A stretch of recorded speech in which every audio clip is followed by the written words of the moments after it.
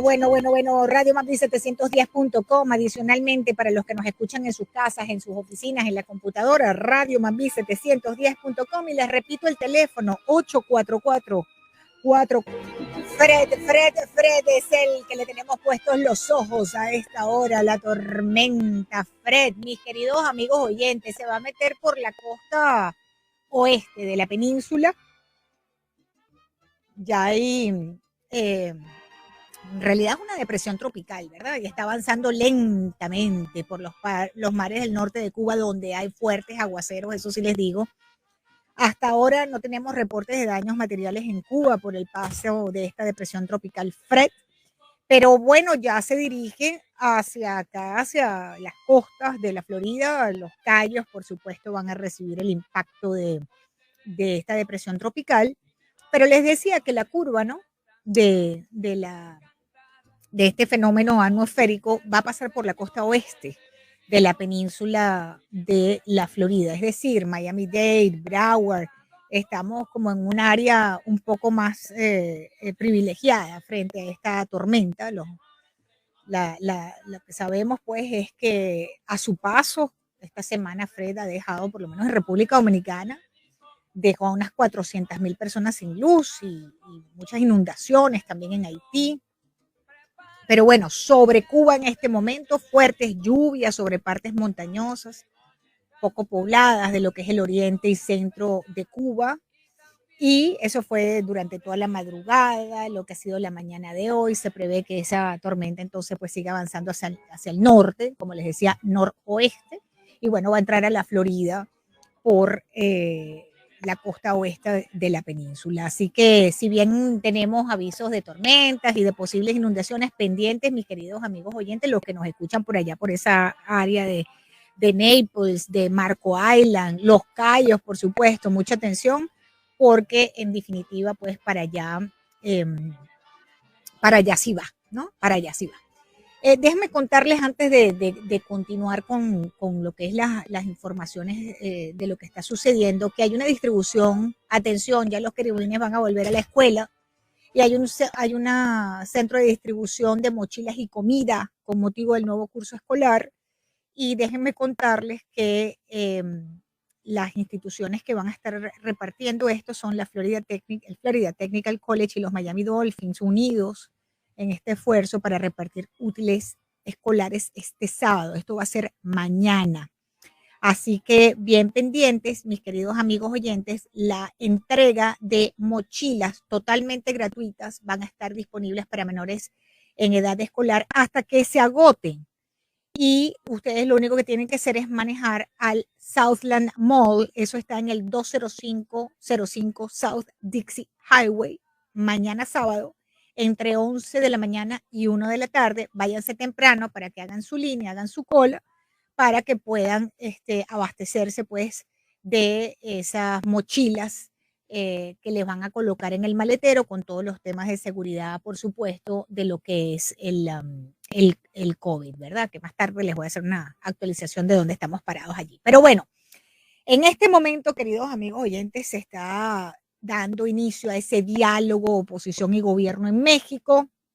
Tengo un breve sonidito, muy breve, porque hoy vamos a tener un invitado muy especial para ver qué se puede esperar pues de este diálogo entre oposición y gobierno allí en México. Entiendo que este proceso va a durar 3 días, se inició hoy.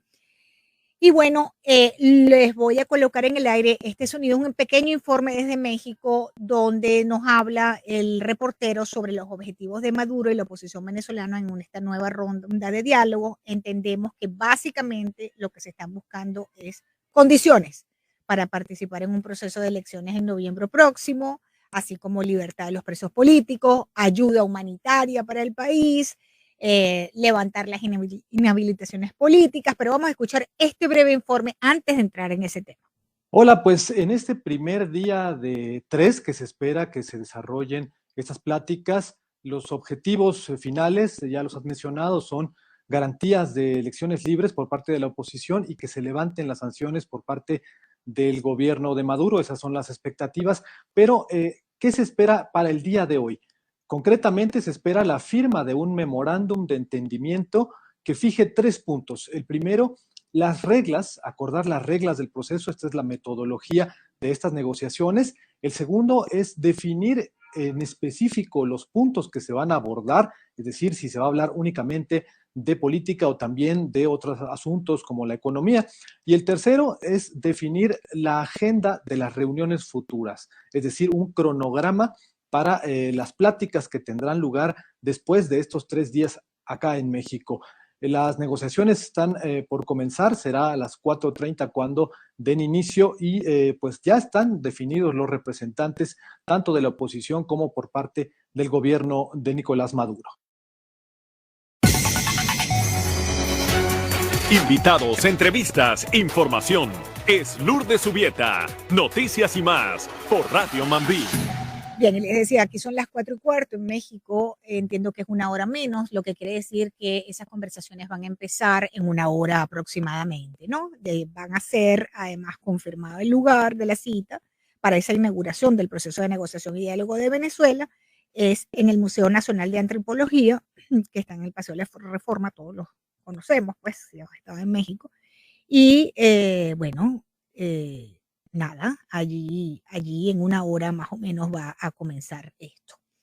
4:14. Amigos oyentes, déjenme contarle, avanzando en la pauta, les digo, más adelante vamos a tener un analista para ver qué podemos esperar, si se puede esperar algo de este proceso y si se puede esperar algo, qué es lo que se puede esperar de este inicio de diálogo entre oposición y gobierno en México, ¿no?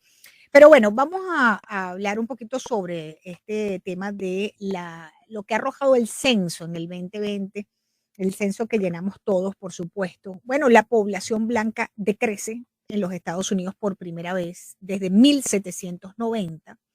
Los datos del nuevo censo revelan el aumento de lo que es la diversidad étnica en este país. Y bueno, como les decía, por primera vez desde 1790 la población blanca ha disminuido en Estados Unidos, su peso ha retrocedido un 8,6% en la última década hasta el 57,8%, según los datos publicados ayer por el censo realizado en el año 2020. Las personas que se identifican como afroamericanos, latinos, asiáticos o mestizos han aumentado, lo que hace que Estados Unidos tenga la demografía pues, más diversa de la historia, ¿no? Eso se refleja especialmente según el censo entre los menores de 18 años. Las cifras también revelan el robustecimiento de las grandes ciudades y la fuga de habitantes de las zonas rurales.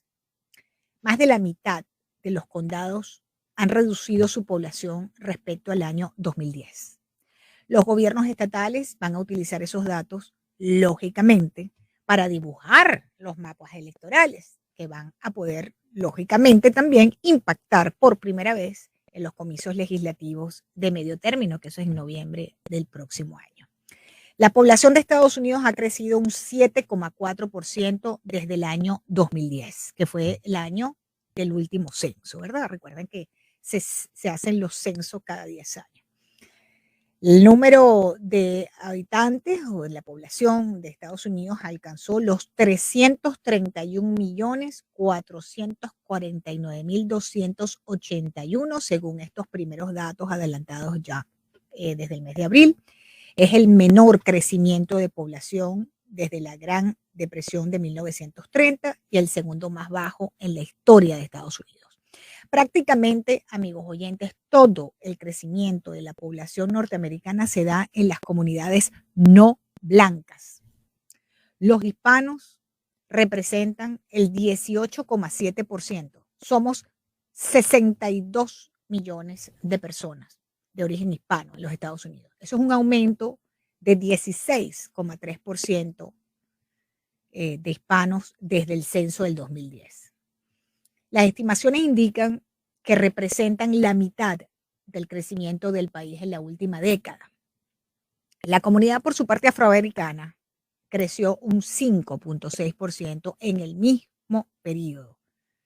Les repito la cifra. Los hispanos, 18,7%, con un aumento del 16,3%. La comunidad afroamericana creció un 5,6% en este mismo periodo y la asiática un 35%.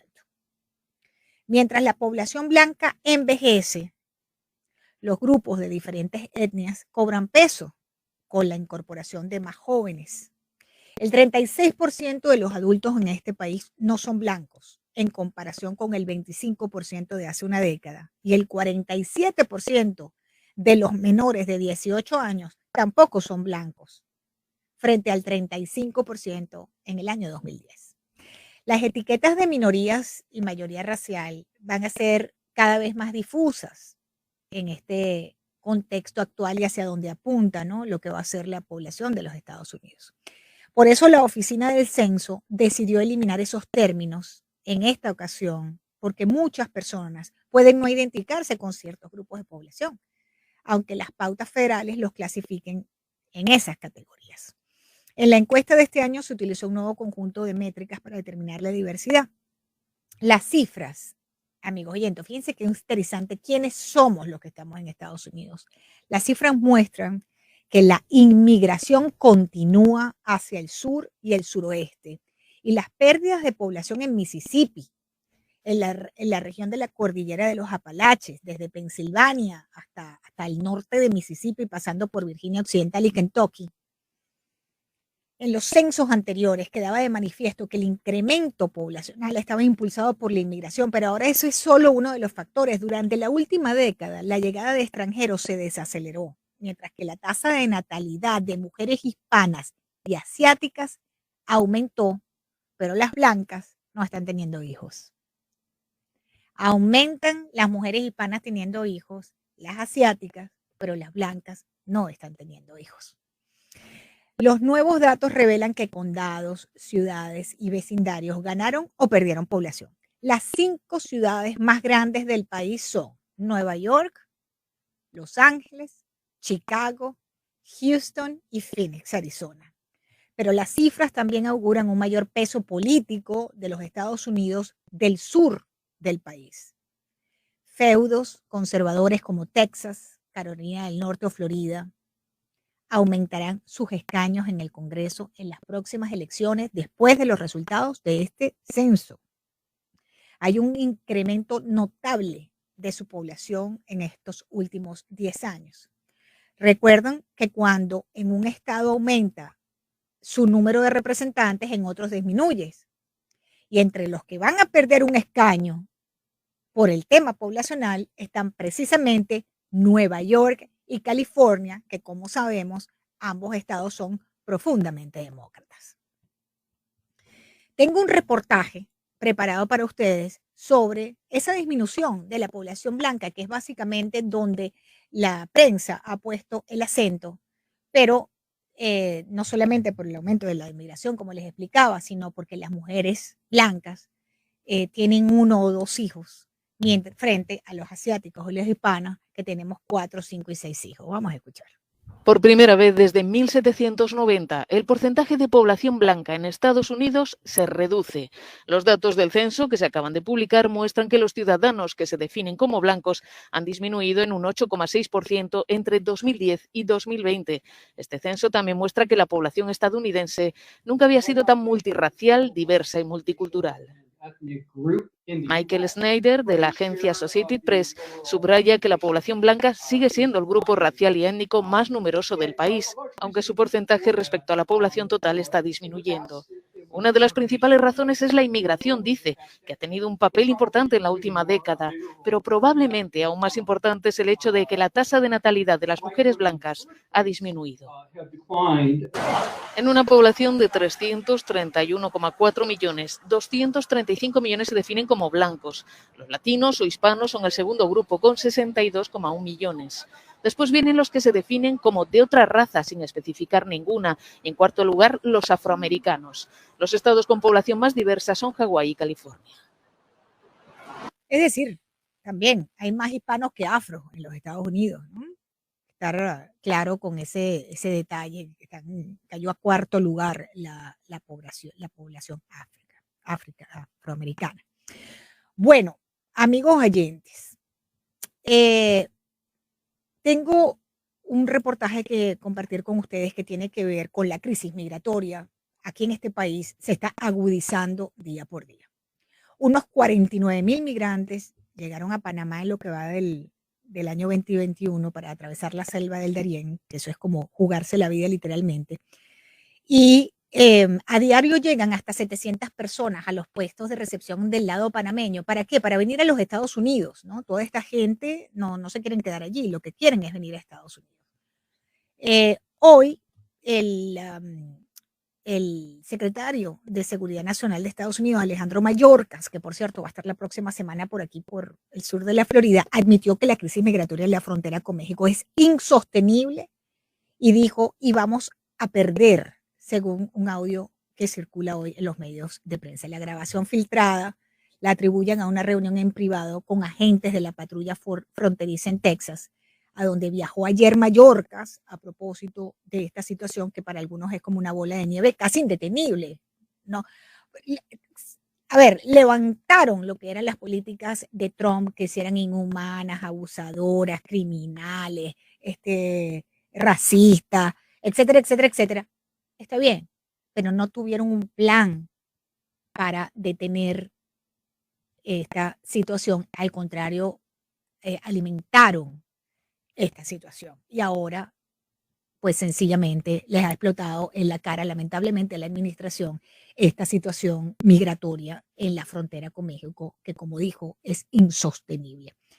Tengo un reportaje para que ustedes se imaginen, nada más tengan una idea de lo que está pasando. Migrantes haitianos varados en la frontera de Colombia y de Ecuador retoman un viaje a Estados Unidos. Unos 2.000 migrantes, en su mayoría haitianos, reanudaron ayer su travesía hacia Estados Unidos luego de que autoridades colombianas levantaran la orden de no venderles pasajes de bus en la frontera con Ecuador, porque claro, cada quien va tratando de detener esta situación, pero llega un momento pues que escuchen ustedes lo que pasa.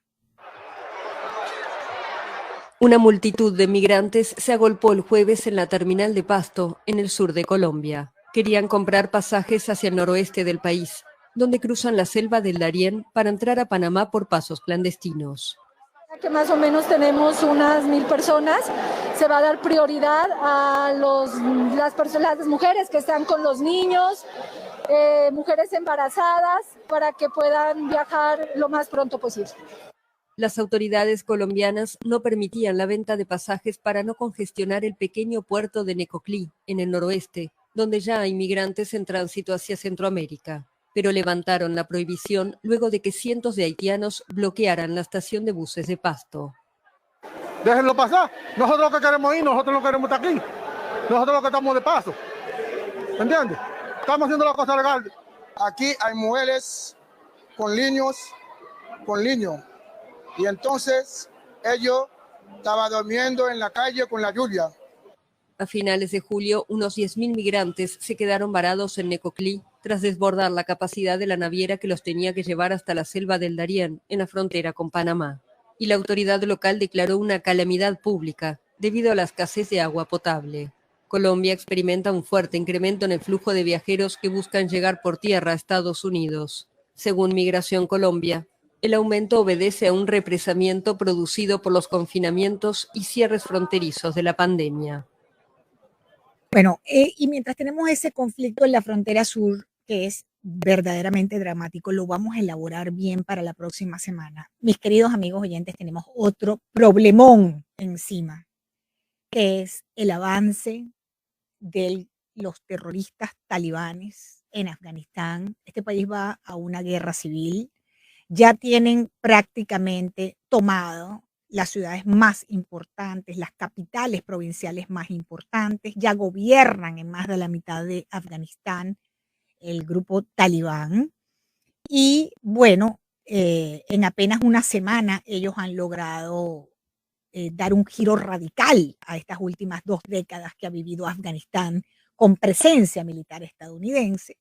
La insurgencia avanza de manera imparable. Y tras la toma de 2 ciudades importantísimas, Herat y Kandahar, eso ocurrió ayer, en las últimas 24 horas han logrado pues tomar el control ya de más de la mitad del país y van camino a Kabul, a la capital. Esto es este renacer arremetida de los talibanes, que no necesitan presentación, ustedes recuerdan perfectamente de quién estamos hablando, Estados Unidos lo ha combatido durante años, obedece al retiro precisamente, la orden que dio la administración del presidente Joe Biden de retirar a los soldados norteamericanos de Afganistán. Hubo voces que estuvieron en desacuerdo de esto. Aquí hay cientos de norteamericanos militares que han perdido la vida en Afganistán para lograr precisamente digamos, el control, ¿no? de un gobierno civil no talibán. Hemos tenido presidentes que han pasado por allí durante estos años, como Hamid Karzai, otras figuras notables, importantes del proceso de, digamos, de descontrol talibán del país. Miles, millones de familias destruidas, pero déjenme contarle, esto va a causar, ya lo advirtió las Naciones Unidas, se acordarán de mí, una catástrofe humanitaria en Afganistán. Vamos con el reportaje de los talibanes avanzando imparables hacia la capital, hacia Kabul. Los talibanes siguen conquistando territorios en Afganistán y avanzan hacia la capital del país, Kabul. En pocos días, el gobierno afgano ha perdido el control de la gran mayoría del país y los insurgentes controlan casi la mitad de las capitales provinciales. La mayoría cayó en sus manos en tan solo una semana. El viernes, los talibanes se apoderaron fácilmente de Firozkoh, capital de la provincia de Ghor, y de Puli-Alam, capital de la provincia de Logar, a tan solo 50 kilómetros de Kabul. Horas antes habían logrado la caída de Lashkar-Gah en el sur y de Kandahar y Herat, segunda y tercera ciudad de Afganistán. Con estas ciudades, prácticamente todo el norte, el oeste y el sur del país está bajo control talibán. Kabul, Mazar-i-Sharif al norte y Jalalabad al este son las tres grandes ciudades que el gobierno sigue controlando. En la capital, siguen la evolución del conflicto con preocupación. Si los talibanes vienen a Kabul, habrá desplazados también aquí. Todos los habitantes de Kabul estarán más preocupados si vienen. Se repetirá una tragedia. La situación está peor en todo Afganistán. Si sigue así, los talibanes vendrán también a Kabul. Pero lo que todos los afganos quieren es el fin de la guerra y que haya paz. Los talibanes iniciaron su ofensiva en mayo, cuando el presidente estadounidense Joe Biden confirmó que las tropas extranjeras saldrían del país. La salida de los soldados tiene lugar 20 años después del inicio de su intervención para expulsar del poder a los talibanes, que se negaban a entregar a Osama Bin Laden tras los atentados del 11 de septiembre en Estados Unidos. Debido a la situación actual, Washington decidió reducir aún más su presencia diplomática en Kabul en las próximas semanas. También el Reino Unido anunció que 600 militares ayudarán a sus ciudadanos a salir de Afganistán. Junto al avance talibán, crece la cantidad de desplazados en el país. En un mes, al menos 180 civiles, entre ellos niños, murieron en Lashkar-Gah, Kandahar, Herat y Kunduz, y 250.000 personas huyeron de sus hogares por el conflicto. El conflicto se ha acelerado mucho más rápido de lo que esperábamos y la situación tiene todas las características de una catástrofe humanitaria. Según la ONU, un 80% de los que han tenido que dejar sus casas son mujeres y niños. Nada fácil la situación, 4:31. Yo soy Lourdes Jubieta, amigos oyentes. Al regreso nos vamos a ir para Nicaragua, aquí bien cerca del patio. El diario La Prensa suspendió su edición impresa en Nicaragua por secuestro. ¿Secuestro de qué? Del papel. No les dan papel para poder imprimir. La dictadura del presidente inconstitucional de Nicaragua, Daniel Ortega, ese mismo que violaba a su hija de crianza. Daniel Ortega, ese dúo diabólico, Ortega Murillo. Nicaragua pasa a ser el único país que no tiene un periódico impreso, por lo menos en América Latina. Ya venimos.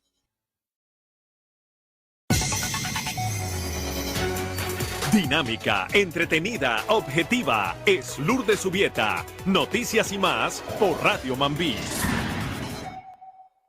De la tarde, queridos amigos oyentes, continuamos en Radio Mambí La Grande. Yo soy Lourdes Jubieta, me acompaña Cristian Bonet. en los controles y musicalización de estas 2 horas de opinión, de entrevistas y la participación de ustedes. El 844-446-0710 está listo para recibir sus llamadas. Gracias a los oyentes conectados también por las redes sociales. Bueno, antes del corte les había dicho que este garabato que está en Nicaragua desgobernando a ese empobrecido país, me refiero a Daniel Ortega, bueno, ha convertido a Nicaragua en el único país del mundo sin periódicos impresos. El diario La Prensa, el más antiguo de los diarios del país y el último que quedaba, que seguía imprimiéndose, dejó de hacerlo el día de hoy. ¿Por qué? Porque el régimen les ha retenido el papel. Las autoridades sandinistas retuvieron el papel. Y bueno, si no hay papel, ¿dónde imprimen el periódico? ¿Ah? Vamos a escuchar el siguiente reportaje. Probablemente Nicaragua sería el único país de Latinoamérica, por lo menos de Latinoamérica, que no tendría un medio de comunicación escrito circulando. En un contexto de tensiones por la detención de una treintena de opositores al gobierno de Daniel Ortega en Nicaragua, el diario opositor La Prensa anunció el jueves que dejará de imprimirse porque la aduana no le ha liberado el papel. Si nosotros llenamos todos los requisitos necesarios para hacer la importación y estamos en regla y en forma, entonces la única respuesta que podamos tener es que la razón por la cual se está haciendo es por una razón que no es administrativa. La Dirección General de Aduanas exige el pago de impuestos para liberar los materiales al rotativo, pese a que la Constitución establece que la importación de insumos para medios de comunicación están exentos de impuestos. Esta es la tercera vez en 3 años que la DGA retrasa la liberación de materiales que el diario necesita para imprimir sus ediciones.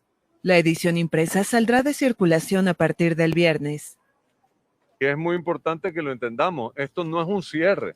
Esto no es que apagamos las luces y nos vamos. No, esto es un impasse que nosotros creemos que de alguna forma en la parte impresa se va a solucionar, y si no se soluciona, pues entonces seguiremos haciendo nuestro trabajo a través de las plataformas digitales. Según datos del gremio empresarial, al menos 20 medios de comunicación independientes han desaparecido por confiscaciones o cierres forzosos.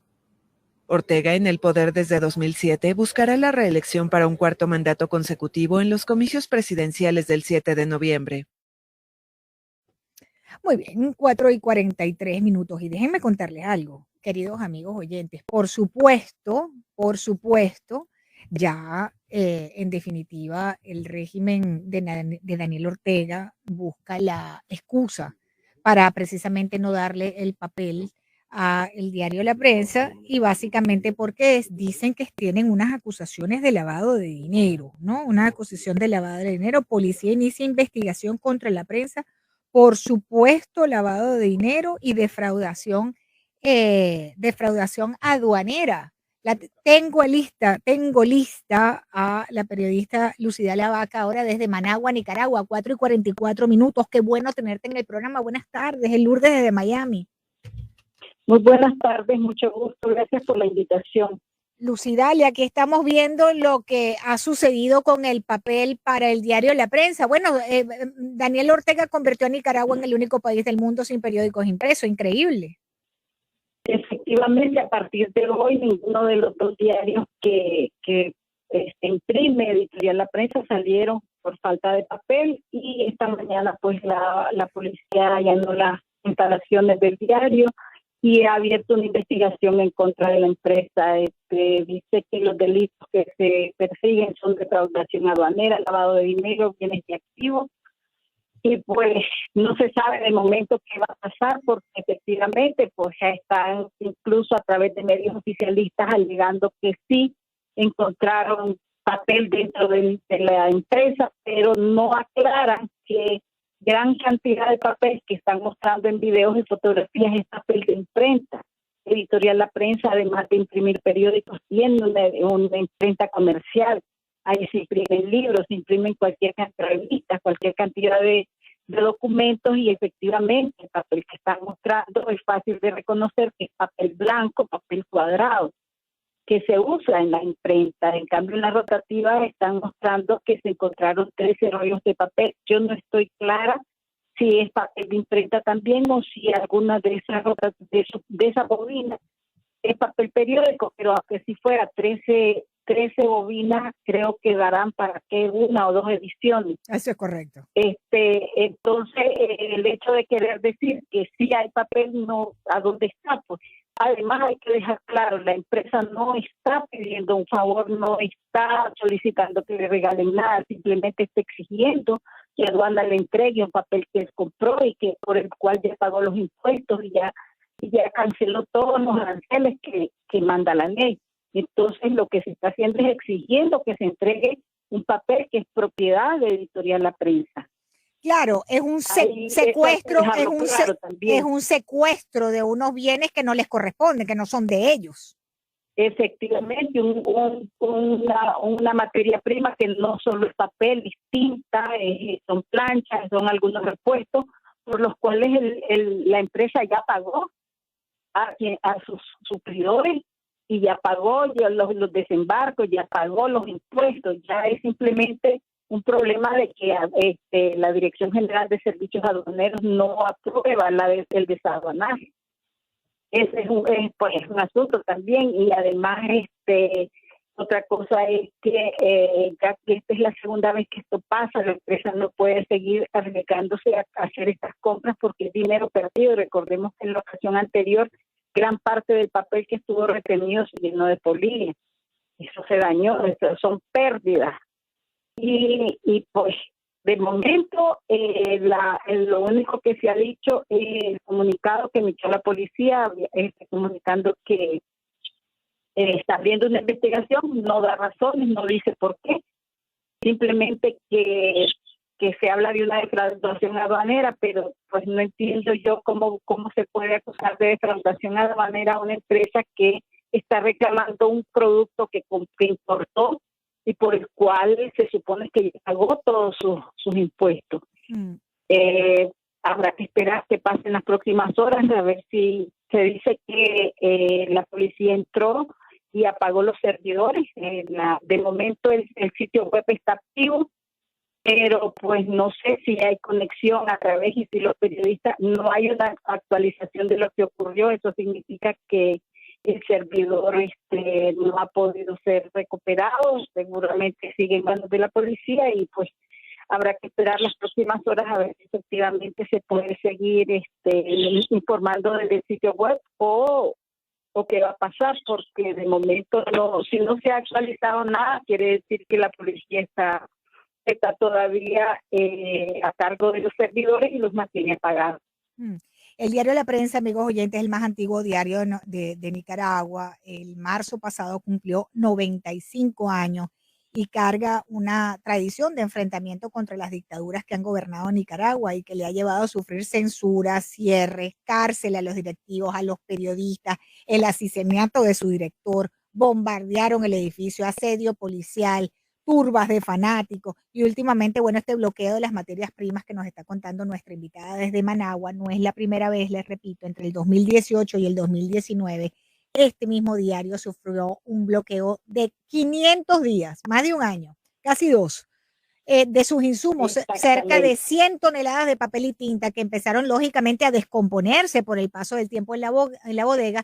La rotativa se detuvo en ese momento y el periódico se fue enflaqueciendo, porque eso es lo que pasa. Lógicamente no hay papel. Antes de hacer un periódico de 2 o 3 cuerpos, terminas haciendo un periódico de 5 o 6 páginas, pues porque no hay, o sea, terminas haciendo un cuadernillo ahí suelto, porque no hay papel. Pero además esto representa la pérdida del trabajo de muchos periodistas, de muchos obreros también y de muchos vendedores de periódicos.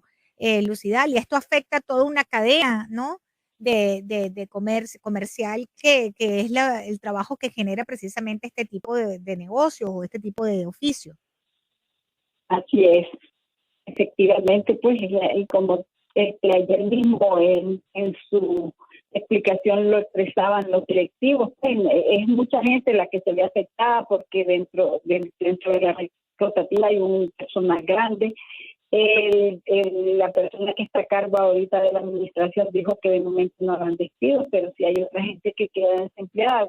Recordemos que los voceadores en Nicaragua todavía existía, hasta ayer existía gente que se dedicaba y vivía de la venta de periódicos en las calles, pues ya al no imprimirse un periódico quedan en el desempleo y pierden un modo de vida que han mantenido por décadas.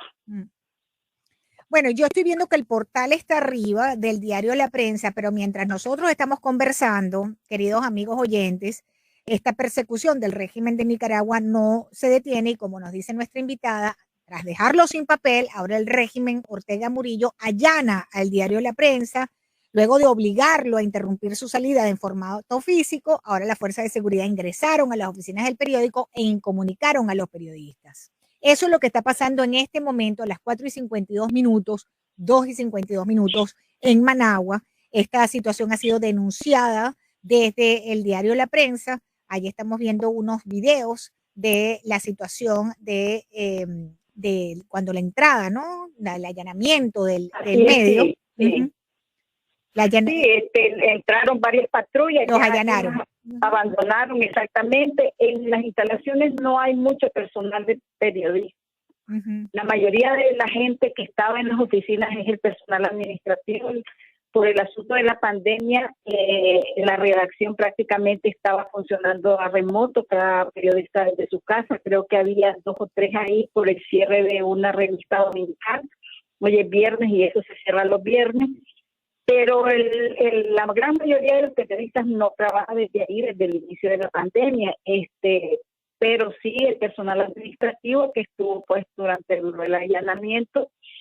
Ahorita no ha habido nuevas noticias. La prensa sigue informando únicamente a través de las redes sociales. Como les digo, no hay actualización en el sitio web. Eso significa que no han podido recuperar el acceso. Porque sí, desde la entrada de la policía se dijo que cortaron la luz, el servicio de internet y apagaron los servidores.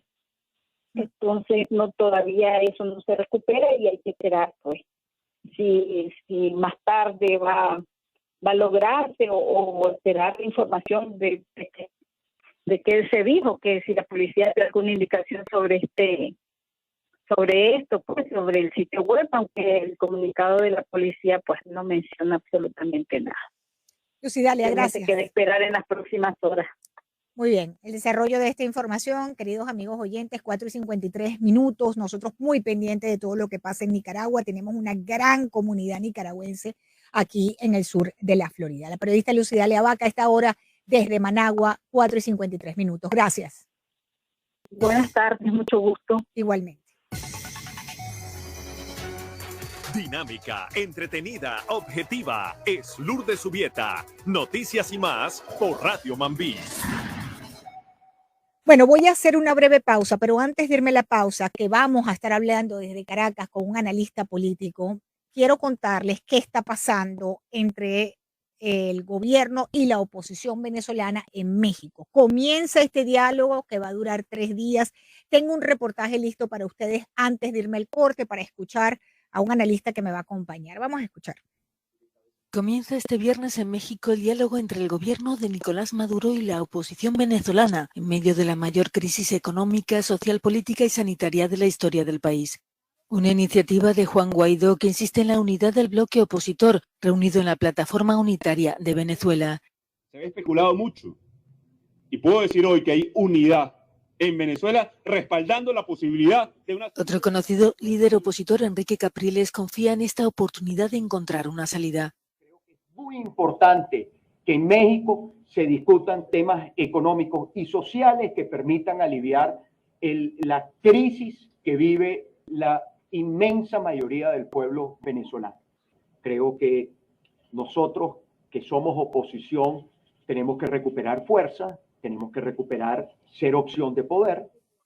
Mientras la oposición pide, entre otras cuestiones, transparencia electoral, el presidente Maduro exige el levantamiento de las sanciones internacionales y el reconocimiento de la legitimidad de su régimen y muestra esta predisposición para el acuerdo.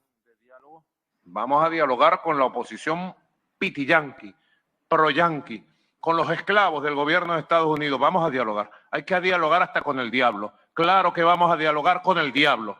Vamos con la cruz, con el agua bendita, con las bendiciones de Dios, creador del cielo y la tierra, y nuestro Señor Jesucristo. Gran parte de los venezolanos tienen pocas esperanzas en estas conversaciones previstas hasta el próximo lunes. El 96% vive bajo el umbral de la pobreza y el nivel de inflación más alto del mundo tras 20 años de chavismo. Bueno, 4:56 de la tarde. Quería decirles antes de irme al corte, hablando de periodismo, ¿no? Que falleció aquí en Miami Gustavo Godoy. Gustavo Godoy, una persona muy querida, pionero de la televisión hispana en los Estados Unidos, cubano, americano, directivo de grandes medios de comunicación, falleció a los 79 años, era muy joven todavía. 79 años hoy no es nada, queridos amigos oyentes. Un hombre brillante que tuve la oportunidad de conocer, de entrevistar, de conversar, de compartir en sets de televisión. Reconocido periodista, activista comunitario, Gustavo Godoy, uno de los pioneros de la televisión hispana en el sur de la Florida. Mi pesar por su fallecimiento a toda su familia, a sus amigos, a tanta gente de los medios aquí en el sur de la Florida que tuvimos la oportunidad de, algunos trabajar con él, otros conocerlo. Verdaderamente deja un legado inmenso, Gustavo Godoy, inmenso su legado, y siempre era muy agradable tenerlo en el programa, conversar con él y también escuchar sus comentarios.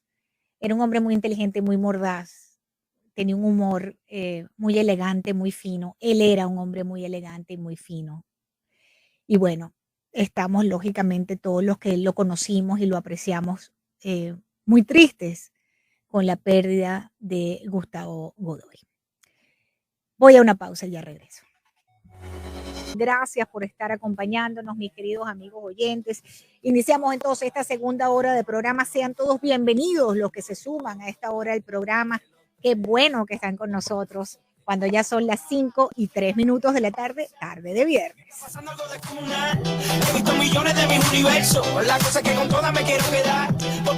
Bueno, estoy muy contenta de tener al invitado que tengo a continuación, porque es una de esas personas que llevan el pulso político de Venezuela, que no es cosa fácil. Uno trata de explicarle a alguien la historia contemporánea de Venezuela. No hablemos de los últimos 20 años, vamos a hablar de los últimos 10 y es complicado entender las cosas como han ocurrido desde el punto de vista político en Venezuela. Mi invitado es Carlos Raúl Hernández.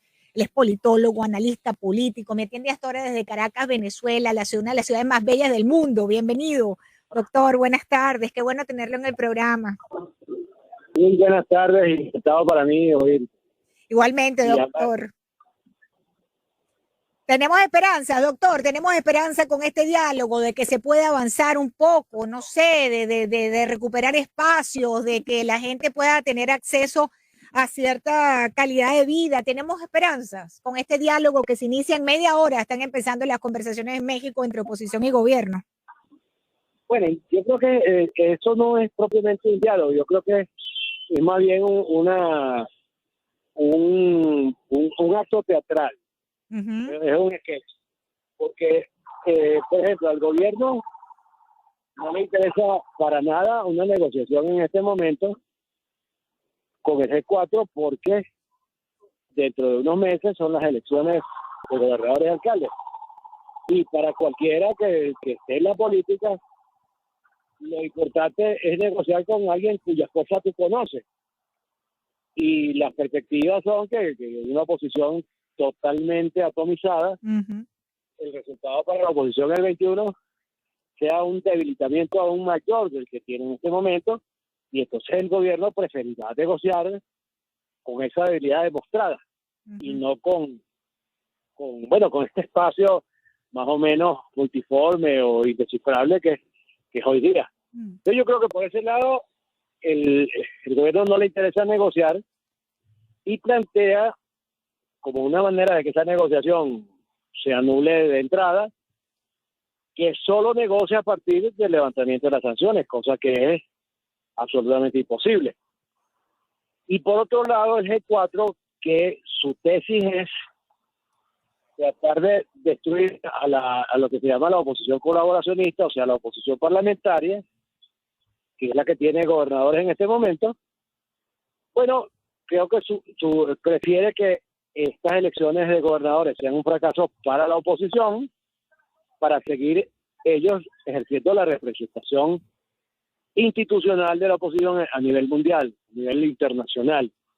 Entonces plantean que un elemento esencial para la negociación es la renuncia o la convocatoria de elecciones presidenciales, la repetición de las elecciones parlamentarias y la posposición de las elecciones de gobernadores, cosas que también son imposibles. Entonces creo que los dos están planteando cosas para que no se hagan y para diferir un proceso de negociaciones, quizás hasta cuándo. ¿Y cuál es el objetivo de esto? Bueno, los objetivos, como te digo, son, por un lado, para el gobierno, esperar que la oposición se diga el 21 de noviembre y demuestre cuál es la fuerza que tiene, y para el G4, si los abstencionistas radicales de esta etapa, sencillamente hacer desaparecer a la oposición parlamentaria electoral para ellos continuar o mantener la ficción de representación opositora que tienen en la comunidad internacional, sobre todo entre los Estados Unidos y la Unión Europea. Fíjese que Estados Unidos justamente le dice que está pidiéndole sinceridad a Maduro si quiere que se levanten las sanciones. Pareciera, no sé, es difícil de entender este juego político, porque Estados Unidos dice hoy, bueno, esperamos que Venezuela, o sea, que Maduro sea sincero para poder trabajar hacia nuevas elecciones, si quiere un alivio de las sanciones antes de estas conversaciones que se celebran en media hora. Lo más insincero que yo he oído es pedir sinceridad en una negociación donde todos van a mentir, porque no es de verdad no van a negociar, van a diferir la negociación, a esperar otro momento o a tratar de evitarla, porque nadie la quiere, ni el gobierno ni el E4. Los únicos que han venido negociando de verdad y han permitido las elecciones de 2018, luego las elecciones parlamentarias, ahora las elecciones de gobernadores. O sea, lo que han impedido que de verdad el país se cubanice, porque si hubiéramos seguido los venezolanos el mandato del G4, aquí no habría elecciones, y precisamente lo que Maduro quiere, que no haya más procesos electorales, pues la posibilidad de que eso no se haya cubanizado el país ha dependido de estos señores a los que han denostado y han descalificado y han insultado, aunque el llamado G4, que han sido los impulsores de todas estas locuras que hemos visto, ahora finalmente parece que se deciden a participar en los procesos electorales. ¿Y cómo queda este documento? Porque están hablando de que hay un documento, un memorándum de entendimiento, puro show, doctor, puro... El memorándum de entendimiento es algo así como: yo juro que vamos a negociar. Exacto. Eso es lo que dice, sí, yo juro que algún día nos vamos a entender. Pero que vamos a ser buenos todos, vamos a comportarnos bien. Pero no hay... Pero entonces, ¿cómo quedan esos países que están allí, que están de garantes, de veedores? ¿Cómo queda Enrique Capriles, que dijo el otro día que él apoyaba este diálogo y que se iba a avanzar? ¿Cómo quedan todos, doctor? Bueno, lo malo con Capriles es que él dijo, por un lado, que estaba de acuerdo con las elecciones, pero por otro lado, dijo que había una falsa oposición.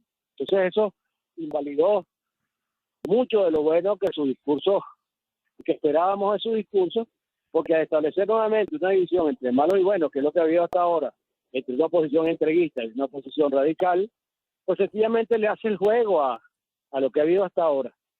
Y se hace el juego contra sí mismo, porque ahí lo están acusando hoy de lo que hasta ahora han venido acusando a la oposición participacionista. Ahí lo están acusando de lo mismo, de eso que llaman alacranes, traidores, vendidos al gobierno, etc. Entonces él nos da cuenta que en su discurso le da la razón a los que lo están denostando. Pero ¿y ese grupo que está en el Parlamento, ese grupo que está en Venezuela, no los invitaron a México? No, claro, no los invitaron, entre otras cosas porque lo único que le importa a Maduro son las sanciones. Correcto. Y él sabe que las sanciones, como al fin y al cabo el G4 de alguna manera, el único poder que tiene el G4 es la representación de los Estados Unidos. decir, ellos lo que tienen es porque tienen recursos económicos que los Estados Unidos les entregó de Venezuela, tienen apoyo político que le da Estados Unidos. Entonces, ellos representan a los Estados Unidos en las negociaciones. Es una ficción que sea una negociación entre Maduro y el G4, es una negociación entre Maduro y los Estados Unidos. Entonces, esa es la explicación de lo que me preguntan. Es una negociación indirecta entre los Estados Unidos y el gobierno de Maduro. ¿Y qué puede salir de ahí? Nada, porque efectivamente Maduro lo único que habla es de levantamiento de sanciones y todo basa en levantamiento de sanciones. De hecho, tengo aquí un sonido de este señor Jorge Rodríguez, del que lo voy a poner al aire a ver si lo podemos escuchar, donde él dice que está seguro que entre el gobierno y la oposición será construido un acuerdo para la convivencia pacífica de los venezolanos. Vamos a escucharlo brevemente. A ver, déjame ponerlo aquí.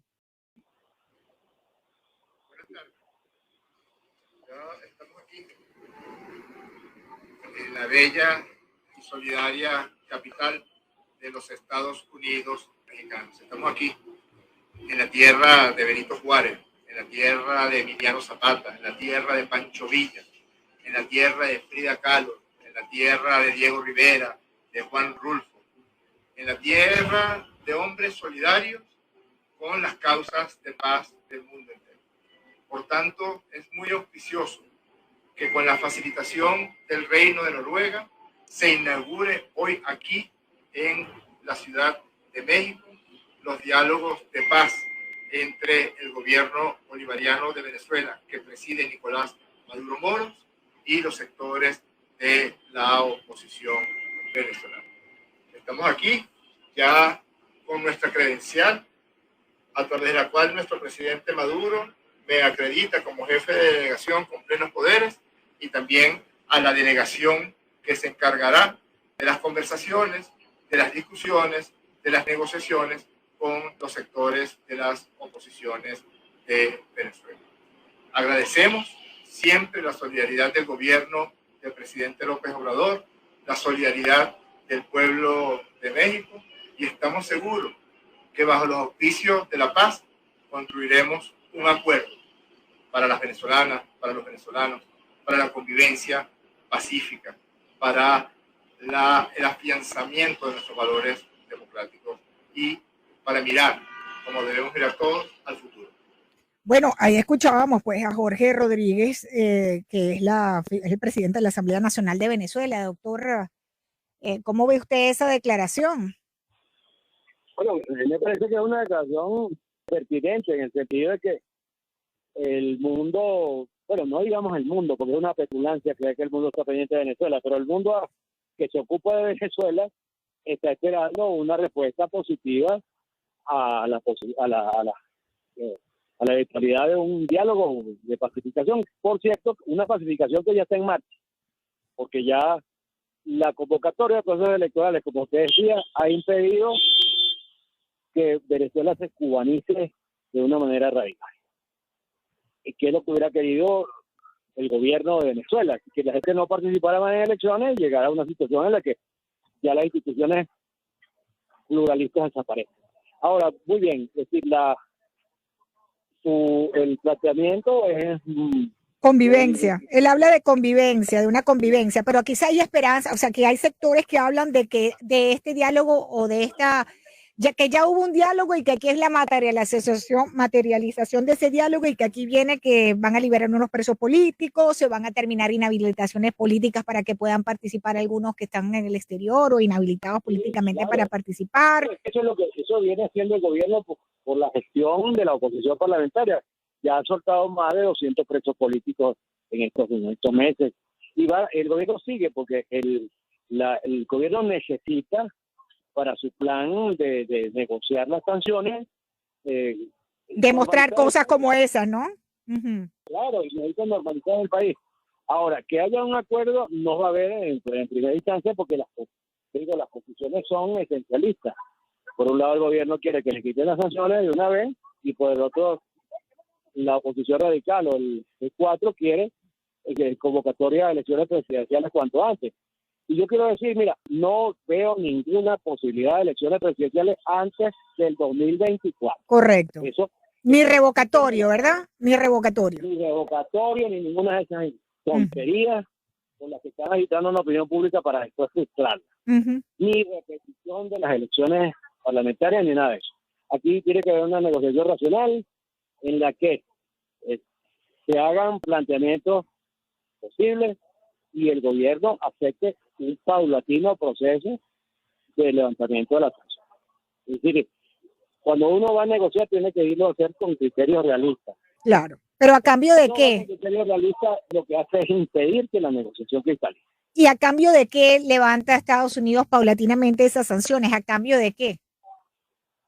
Pero este es el punto, porque si se sigue planteando que la única alternativa es que Maduro se vaya, bueno, Maduro ya aprendió, como muchos otros países del mundo, a vivir con las sanciones.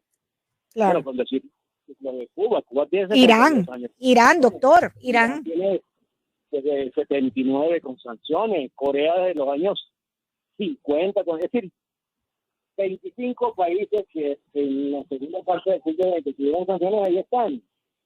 Y nunca hubo caídas de gobiernos y cambios de régimen como consecuencia de las sanciones. Eso ya lo saben hasta los perros de la calle. Desgraciadamente no lo saben los funcionarios diplomáticos norteamericanos y europeos. Y los únicos que sufren con sanciones son los pueblos. Somos nosotros, los ciudadanos, que ganamos hoy $1, si ganamos $8 de salario, después de haber ganado 1.000 o 1.500 o 1.000. Eso somos lo que sufrimos. El gobierno no tiene problemas en absoluto. Yo recuerdo... ¿Y entonces por qué quieren que le levanten las sanciones si no tiene problema en absoluto? Bueno, está bien, ellos preferirían que no hubiera sanciones. Ahora, si hay que vivir con sanciones, Fidel Castro vivió hasta que vivió con sanciones. Es decir, el problema de las sanciones es para la ciudadanía, porque ellos tienen los ingresos que entran al país y los maneja el gobierno, los maneja la nomenclatura. Ellos nunca van a tener problemas de escasez, de carestía, de que no consigan buenos vinos, no consigan langosta. Ellos siempre van a tener todo en sus manos. Ahora, quienes no tenemos acceso a los bienes fundamentales del hombre somos los venezolanos normales. Es decir, se puede vivir, como ha demostrado Corea, 70 o 80 años con sanciones y los ciudadanos gobernantes siempre están gorditos y sanos. Claro, pero esa es una dictadura muy diferente a lo que tenemos en Venezuela, el caso norcoreano, ¿no? Bueno, muy bien, es distinta, pero en todo caso Maduro demostró que logró superar el periodo más grave, que fue el 2019, que la gente estaba en las calles. Hoy ha creado un modelo económico perverso, con una dolarización perversa, sin dolarización mal hecha, más torcida, pero que funciona y que este año, según el banco suizo, el Swiss Bank, dice que va a haber un crecimiento del 3.5%, la clase media está visitando restaurantes, está mejorando su situación, pero por supuesto la enorme mayoría de los venezolanos, que son los pobres, comen gracias a que el gobierno les da de comer a través del CLAP y de otras formas de limosna que otorgan. Entonces, para el gobierno, lo que en este momento lo que le da estabilidad al gobierno es que los pobres dependen de que él se inicie la caja de plata, y la clase media está viviendo con una burbuja de bienestar que crea la dolarización y una cantidad de negocios para... Pero ¿usted cree que eso es la clase media? A mí me parece que eso es el 0,01% de la población, que no llega a la clase media. Esos son los privilegiados que existen en todas las dictaduras, ¿no? Es la parte de la clase media que tiene capacidad de estabilización, la clase media alta. Los empresarios que están en este momento, que han entendido que tienen que, para poder sobrevivir, tienen que establecer algún tipo de entendimiento con el gobierno, como el caso de Fede Cámara. Los empresarios privados en todas partes del país quieren, para poder trabajar, necesitan que el gobierno no los aplaste. Claro. Entonces, esos factores, que son los factores de estabilidad, los factores fundamentales, ya han entendido que la tesis insurreccional no funciona. Así es. Y que entonces, para poder sobrevivir, porque todo el mundo, es decir, la primera obligación que uno tiene es sobrevivir. Y entonces todo el mundo quiere sobrevivir. Y por eso se olvidaron de la política. Según vi en la última encuesta de un gran ecuatoriano venezolano, que se llama Jesús Seguía, 75% de la gente no quiere saber nada de la oposición ni del gobierno. Quieren sobrevivir. Entonces esa es la realidad dura de las estupideces en política. En 2019, el señor Guaidó tenía 75% de apoyo popular. Si Guaidó hubiera dicho ese día, vamos a las elecciones, a ganar las elecciones parlamentarias, otro gallo cantaría hoy. Claro, pero cuando se habla de elecciones, doctor, se piensa mucho en las condiciones, ¿no? Y entonces fíjese usted las condiciones, que es algo que se ha comentado tantas veces sobre con qué condiciones se va a ir a... Pero es que son las mismas condiciones que hoy, porque en 2019, es decir, las elecciones para las elecciones parlamentarias, había exactamente las mismas condiciones de hoy. Había 2 miembros del Consejo Nacional Electoral de la oposición, había los mismos abusos que ha habido durante todos los procesos electorales, entre otros el proceso electoral de 2015, que la oposición lo ganó gloriosamente, a pesar de que la denuncia, las artimañas, las trampas que hizo el gobierno fueron extraordinarias, y sin embargo la oposición ganó con 60 y pico %. Es decir, las condiciones están, es decir, cuando tú vas a una elección en un régimen autoritario, sabes que no estás en Suiza, porque si estuviéramos en Suiza la situación sería otra. Ahora, lo peor, lo más salvaje, lo más trágico y lo más lamentable es haberle entregado las instituciones al gobierno porque no las condice. Entonces, esta es la verdadera tragedia, que ningún movimiento de opositor serio del mundo decente ha desestimado un proceso electoral cuando tienes 80% a favor de la población, en la población, porque y de manera angelical te parece que las condiciones no son perfectas. Estamos conversando con el doctor Carlos Raúl Hernández desde Caracas, cuando son las 5:21. Comienza en 10 minutos, está pautado que comience este encuentro entre oposición y gobierno en la Ciudad de México. El presidente interino Juan Guaidó dice que él apuesta a todo el acuerdo de salvación nacional porque las opciones son luchar, lograrlo y reconstruir nuestro país, dice Guaidó, doctor. Bueno, sí, las opciones en mi vida son ser feliz, saber vivir mejor y llevarme mejor con el mundo. Ahora, el problema es que eso es una tontería que solo sirve para atrapar gente ingenua. Y un dirigente político no puede hablar siempre como un profeta, diciendo cómo sería el mundo mejor. Los dirigentes políticos son para construir el camino de un mundo mejor. Y hasta ahora estos señores de cabeza Guaidó destruyeron la mayoría parlamentaria que Venezuela tenía la oposición y la mayoría popular, y la convirtió en este guiñapo corrupto que tenemos hoy, para decirlo de una manera muy clara. Doctor, le agradezco muchísimo. Mi última pregunta, si no, ¿cuánto aguanta el país entonces con las sanciones si no se negocia? No, los países no se acaban, acuérdate de eso. Y si Corea del Norte está desde 1950 y pico en sanciones, seguiremos en sanciones. Y bueno, el régimen de Corea del Norte está ahí, lo mismo el régimen cubano, el régimen iraní, todos los que han sido víctimas de sanciones, lo que vemos es que consolidaron el poder. Sí, porque se consolidan sobre la miseria de la gente, la necesidad de la gente de recibir beneficios del gobierno, se elimina la clase media, que es el sector más crítico, que tienen también independencia de los sectores gubernamentales, y el régimen cada vez vive más cómodo porque tiene menos oposición. Bueno, pues le agradezco mucho. Vamos a ver qué sale de todo esto el doctor Carlos Raúl Hernández. Igualmente para usted, doctor. Gracias por acompañarme. 5:24 de la tarde en Miami. Vamos a identificar, ya volvemos. En Radio Mambí, a través de las redes sociales seguimos conectados. Les recuerdo el número de la cabina, 844-446-0710. Y a esta hora me voy a ir con mi compañero de Univisión 23, Ambrosio Hernández, también compañero nuestro aquí en Radio Mambí. Ustedes lo pueden escuchar a las 11:30 en Radio Reloj, Radio Mambí, porque él nos tiene un avance de las historias en las que están trabajando para el noticiero de ahorita, de las 6 de la tarde. En Univisión 23. Bienvenido, Ambrosio, buenas tardes. ¿Qué tal, Lourdes? ¿Cómo estás? Un abrazo para ti, para tus oyentes de Radio Mambí Ambrosio Hernández aquí reportando, diciéndole a ustedes lo que vamos a tener esta tarde a las 6 en Noticias 23. Hay cambios con la depresión tropical Fred en lo que se refiere a nosotros, principalmente aquí en el sur de la Florida. No se pierda el pronóstico especial que tiene esta tarde nuestro jefe de meteorología, Eduardo Rodríguez. Por otro lado, la FDA ha autorizado una tercera dosis de las vacunas contra el COVID-19 para personas con sistemas inmunológicos débiles. Y algo que tiene a toda la Florida, y me imagino que al resto de la nación, pues también bastante triste con esta noticia, es que una joven madre de solo 21 años perdió la vida por un disparo que vino a manos de su propio hijo, pero un hijo pequeño, un infante, y esto pues en la medicina lo catalogan como un niño entre 1 a 3 o 4 años de edad. ¿Cómo es que pudo haber ocurrido esto? La mujer estaba en el teléfono, una videollamada con su trabajo, cuando cayó al piso por un disparo a manos de este pequeño, que las autoridades no han revelado todavía por su edad.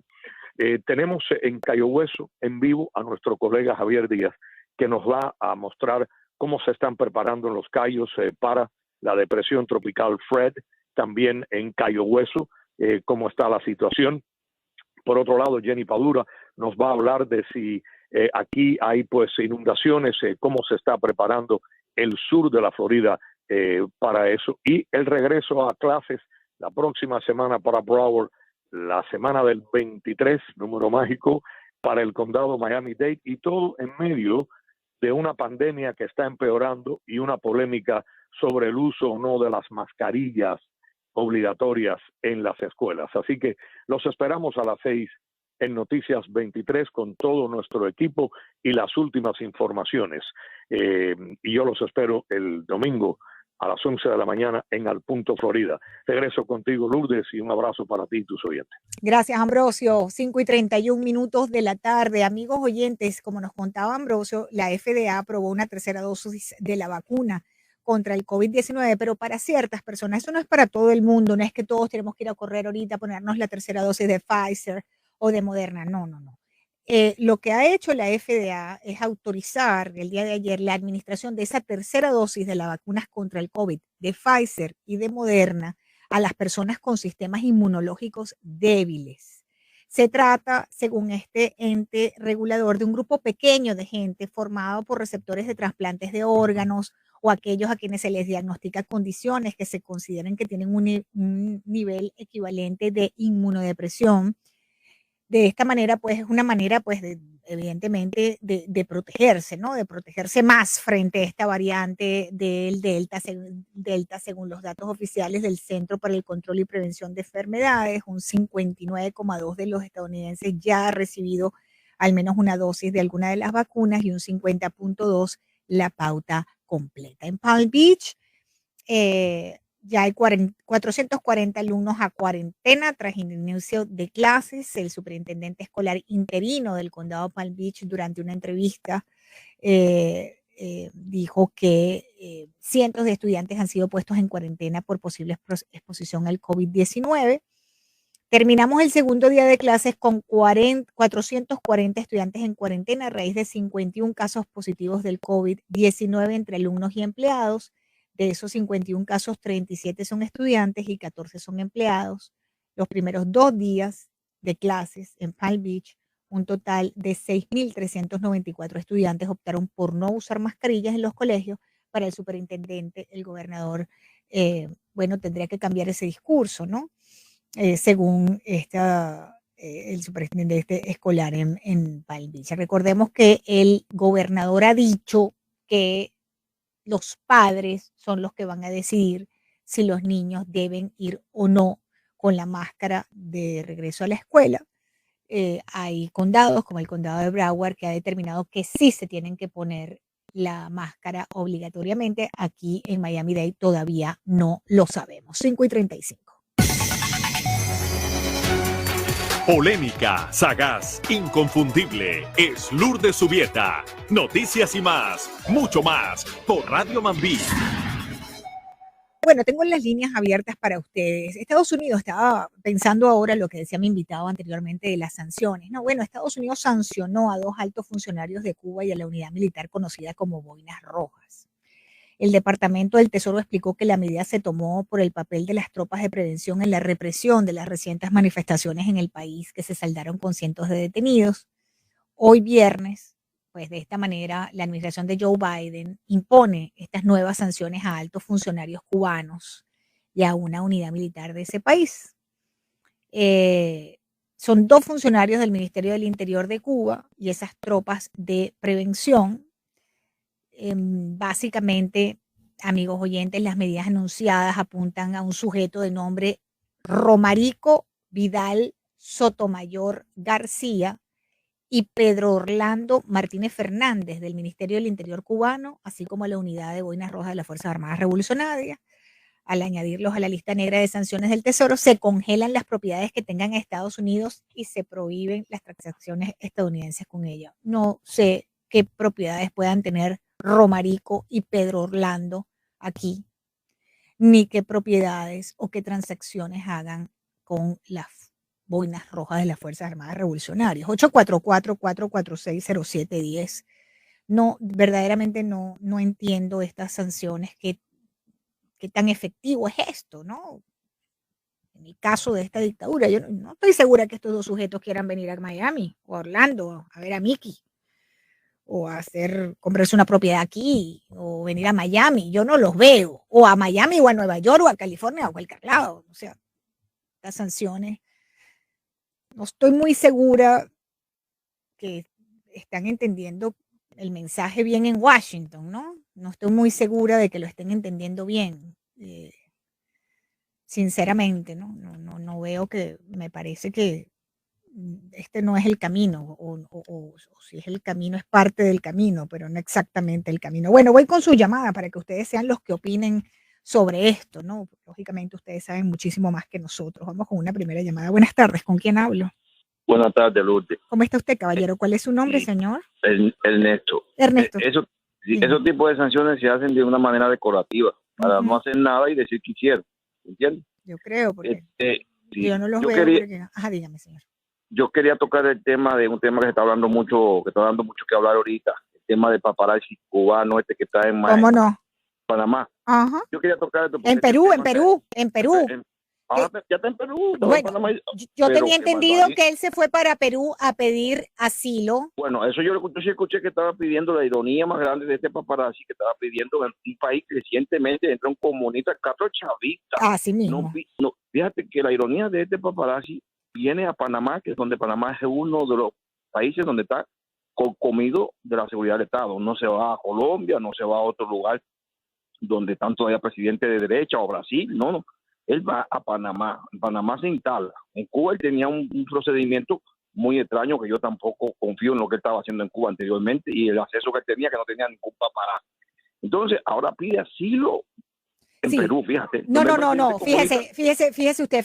Aquí hay una confusión. Usted tiene toda la razón. Es Panamá y Panamá ha negado que le limite el asilo a este señor paparazzi cubano y lo obliga a no expresar sobre el régimen de la isla. Sí, eso es lo que Panamá está haciendo. Yo escuché que él quería pedir también en Perú, quería algo. Yo había escuchado eso también. A mí lo que me llama la atención de él que él atacó y han cogido a Otaola para esto. Él atacó a Otaola y fue el primero que atacó a Otaola. Porque Otaola fue una persona que llegó, hizo un show y cogió mucha fama. No tenía necesidad de meterse en política, pero se metió en política. Y yo Otaola empezó a acusarla, sobre todo a esto de cambio cultural, los artistas cubanos que venían comunistas y empezó a quitar máscaras. Y Otaola, yo cuando lo vi eso, que empezó a hacer eso, yo dije, wow. Y entonces él empezó a ser atacado por los paparazzi cubanos, empezó incluso, lo atacaba a Carlucho, lo atacaba a Eric Concesión, lo atacó él, bueno, como una comunilla que hicieron los comunistas para destruirlo, para que no se siguieran metiendo con los artistas cubanos y que no sé qué cosa, y Otaola siguió solito. Pero como Otaola tiene más rango que todo ello, y Otaola rató, y todos quedaron mal, terminándolo al final, dándole la razón a Otaola o queriendo cubrir el papel de Otaola. Muchos de ellos están tratando de copiar a Otaola, pero para tumbarlo. Entonces ahora quieren decir que Otaola dio una declaración.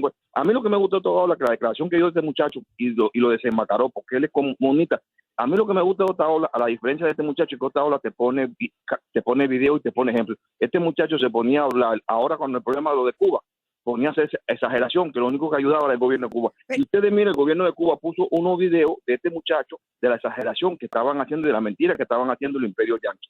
Y este muchacho le sirvió, fueron de los 6 videos, de los 7 videos que puso el gobierno de Cuba en la televisión cubana, falsos, 5 eran de él, que les servían. Pero, por ejemplo, que señor decía Ernesto, usted ha escuchado, no sé si usted escuchó ayer el programa de Moinelo, aquí en la radio, que estaban hablando de que este personaje, el paparazzi cubano no es más que un agente del castrocomunismo. Sí, es un agentón que había defendido durante años a la dictadura castrista y entonces ahora resulta ser... Una vida, bueno, tú sabes lo que se dedicaba cuando él empezó, era que promovía los hoteles de Cuba. Y le decía a los turistas, vente para acá, la comida va barata. Bueno, mire, ese dicho que tienen los cubanos, cara de perro, nariz de perro, pata de perro, orejas de perro, es perro, no es gato, caballero. Claro, o sea, bueno, yo en esa estoy con Omar. Gracias, señor Ernesto, por su llamada. Le agradezco mucho. Gracias por la sintonía, caballero. Gracias, igualmente. Voy con una próxima llamada. Buenas tardes, ¿con quién hablo? Hello, buenas tardes. ¿Cómo está usted, señora? Hola, señora, ¿cómo está usted? ¿Cuál es su nombre? Bien, mi nombre es Bexy. Dígame, señora Bexy. Ok, esto es lo que pasa. Mire, yo viví dentro de la cúpula del comunismo. Yo me crié dentro de la cúpula del comunismo. Por eso le digo que mi papá fue comunista y yo estuve trabajando durante muchos años y yo sé cómo trabajan estos perros. Por eso yo odio ese comunismo. Este paparazzi, a ver si le explico, es una cosa rápida. Lo que pasa es lo siguiente, yo voy a actuar en contra del comunismo ahora, pero estuve trabajando a favor del comunismo, pero voy a demostrarle al mundo ahora que yo estoy en contra del comunismo, como está haciendo este paparazzi infustero, porque es un infustero, ¿me entiendes? Para tratar de meterse ahora, como la crisis de julio 11 se puso bien dura en Cuba, ahora está tratando de que ese paparazzi infuscado, que es un chivatón, un perro comunista, lo quieren meter para aquí, para acá, ¿me entiendes? Para tratar de meterse dentro de la cúpula de nosotros, para ver todo lo que se está tramando hoy en día, para lo que puede pasar en un futuro no muy lejano, más corto que diciembre, para informarle a Cuba de lo que puede suceder ahora en estos momentos. Este perro, ¿cómo es posible que entró a Panamá? ¿Con qué pasaje? ¿Cómo es posible que viajó? ¿En qué rapidez? ¿Cómo es posible que está haciendo todo esto una rapidez tan enorme? Cuando hay familiares que están esperando por 10 años y 15 años que tienen la visa preparada y todo y no le han dado nada. ¿Cómo es posible de que este perro sarnoso, que si lo veo aquí en la calle me lo tiro al cuello, porque es un perro sarnoso y lo están tratando de infiltrar aquí ahora para informar a Cuba de lo que puede suceder dentro de poco, que se caiga el comunismo? Yo estoy en desacuerdo que le den la visa a ese hombre. Si le da la visa a ese hombre, entonces sí es verdad que la migración no sabe lo que está haciendo. A pesar de que hay comunistas metidos que son reconocidos. Sí. Pero este chamaco no es paparazzi ni es nada. Es un chivatón que lo prepararon para hacernos creer a nosotros que está a favor de nosotros y es mentira. Ojo con eso. Ok, gracias por su llamada y gracias por estar en sintonía. El fulano paparazzi se llama Alain Lambert, Alain Paparazzi TV. Tiene un show en YouTube muy visto. Y bueno, dijo él, lo que él dijo es que cuando pidió asilo en Panamá le pusieron una cláusula de no transmitir durante 6 meses. Y resulta ser que el gobierno de Panamá lo ha desmentido y ha dicho, eso es mentira que nosotros hayamos condicionado el asilo del paparazzi cubano y que lo obliguemos a no expresarse sobre el régimen de la isla. Panamá aseguró que eso no lo ha hecho, que ellos no han condicionado a el asilo de este sujeto, Alain Lambert Sánchez, alias Alain el paparazzi cubano, que se calle la boca y que no haga su show en YouTube para darle el asilo. Lo ha negado de plano el gobierno de Panamá. Voy con una próxima llamada. Buenas tardes, ¿con quién hablo? Buenas tardes. Buenas tardes, Lourdes. ¿Cómo está usted, señor? ¿Cuál es su nombre? ¿Cuál es su nombre? Luis. Señor Luis, bienvenido, dígame. Estaba usted hablando de las sanciones que ha puesto Washington a Cuba. Sí. Eso es como si yo le prohibiera a usted tirarse en paracaídas. Eso no resuelve nada. Sí. No, sin duda, a mí me parecen, o sea, como un saludo a la bandera, pues. O sea.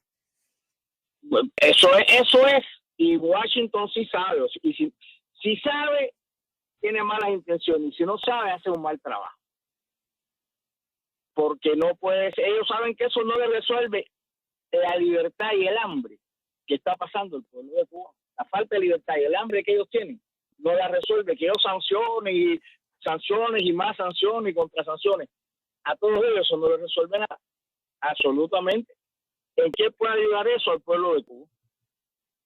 Eso es para decir que hicieron algo. Es mi opinión, no sé. Gracias, señor Luis. En cuanto al... Vamos a esperar, porque aquí lo que estamos esperando es otro tipo de respuesta, ¿verdad? De la administración del presidente Joe Biden. Mallorca viene la semana que viene, él es cubano, él nació en Cuba. Yo ayer le preguntaba a Orlando Gutiérrez Boronat si ya lo habían llamado para invitarle, ¿no? Para saber, porque los que han manejado el tema cubano aquí con el exilio día a día por años han sido estas organizaciones de aquí de Miami. Si no los invitan, yo no sé con quién se van a reunir entonces, ¿no? Bueno, voy con la próxima llamada. Buenas tardes, ¿con quién hablo? Hola, Lourdes, buenas tardes. Buenas tardes, señor. ¿Su nombre? Guillermo, por Señor favor. Guillermo, bienvenido, dígame. Ok, coincido contigo 150%. ¿Qué falta de respeto de este gobierno con nosotros y contigo que eres tan cubana como nosotros? Sancionar a 2 militares que jamás han pensado tener nada, ni ningún vínculo con este país, ni propiedades, ni casa, ni cuenta. ¡Qué falta de respeto! ¿Hasta cuándo y hasta dónde tenemos que permitir esto, por favor? Lourdes, hay que gritar duro. Esto no podemos permitirlo. Gracias, caballero. Gracias por su llamada. ¿Sí? Esto no quiero asusarlos ni digamos, prender la mecha, ni mucho menos, pero verdaderamente a mí esto me parece un absurdo, ¿no? Me parece un absurdo. Estados Unidos sanciona a 2 oficiales del MININ y a las tropas buenas rojas. ¿So what? O sea, le congelan bienes. ¿Qué viene? No van a poder venir a Estados Unidos. ¿Y cuándo ellos iban a venir a Estados Unidos? O sea, esto no entiendo verdaderamente estas sanciones, ¿no?